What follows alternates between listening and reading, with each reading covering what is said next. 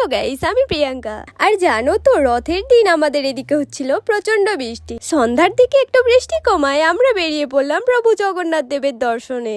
অবশেষে পেয়েও গেলাম দর্শন, কিন্তু বৃষ্টির কারণে কোনো দোকানপাট তেমন ভাবে বসেনি, তাই জিলাপি কিনে নিয়েই চলে আসলাম বাড়িতে। এদিকে মিষ্টি দোকানে জিলাপি ভাজতে দেখে আমার বোনের আবদার মিনি কিচেনে জিলাপি বানাতে হবে। এদিকে এর আগে কখনোই আমি জিলাপি বানাইনি, তাই একটু ভয় পাচ্ছিলাম পারবো কিনা, কিন্তু ও জেদ করে বসে পড়লাম বানাতে। আমি ময়দার মধ্যে কিছুটা ঘি মিক্স করে তার মধ্যে অল্প অল্প করে জল দিয়ে দেব। তারপর এটাকে মিশিয়ে এর মধ্যে 1 চিমটি ইনো অ্যাড করে নেব। তারপর এটাকে মিশিয়ে অল্প অল্প করে জল দিয়ে ফাটাতে ফাটাতে একটা ব্যাটার বানিয়ে নেব।